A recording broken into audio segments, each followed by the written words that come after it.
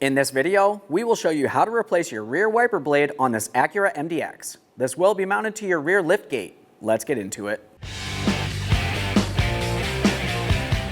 Okay friend, let's get started on our job.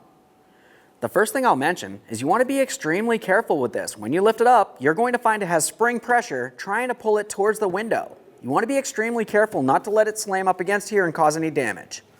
With that said, take hold of the wiper arm, lift it up as far as possible. While holding onto it, it's time to take hold of that wiper blade and we'll roll it right out of position.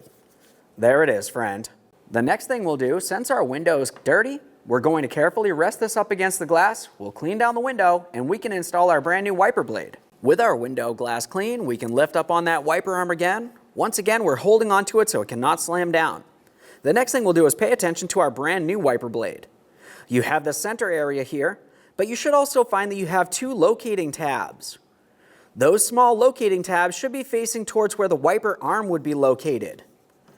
Let's slide this into place. We just want to align it with the wiper arm. Press it right on there. Once you hear a click, we'll roll this down. Another click, and now we'll rest this against the window. Okay friend, we finished the installation of our rear wiper blade. The next thing you want to do is hop in the passenger compartment and test the functionality. Aside from that, thanks for watching.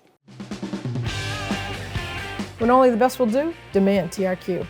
The only company that lets you view before you do.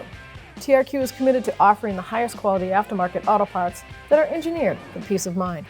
Thanks for using and viewing with TRQ.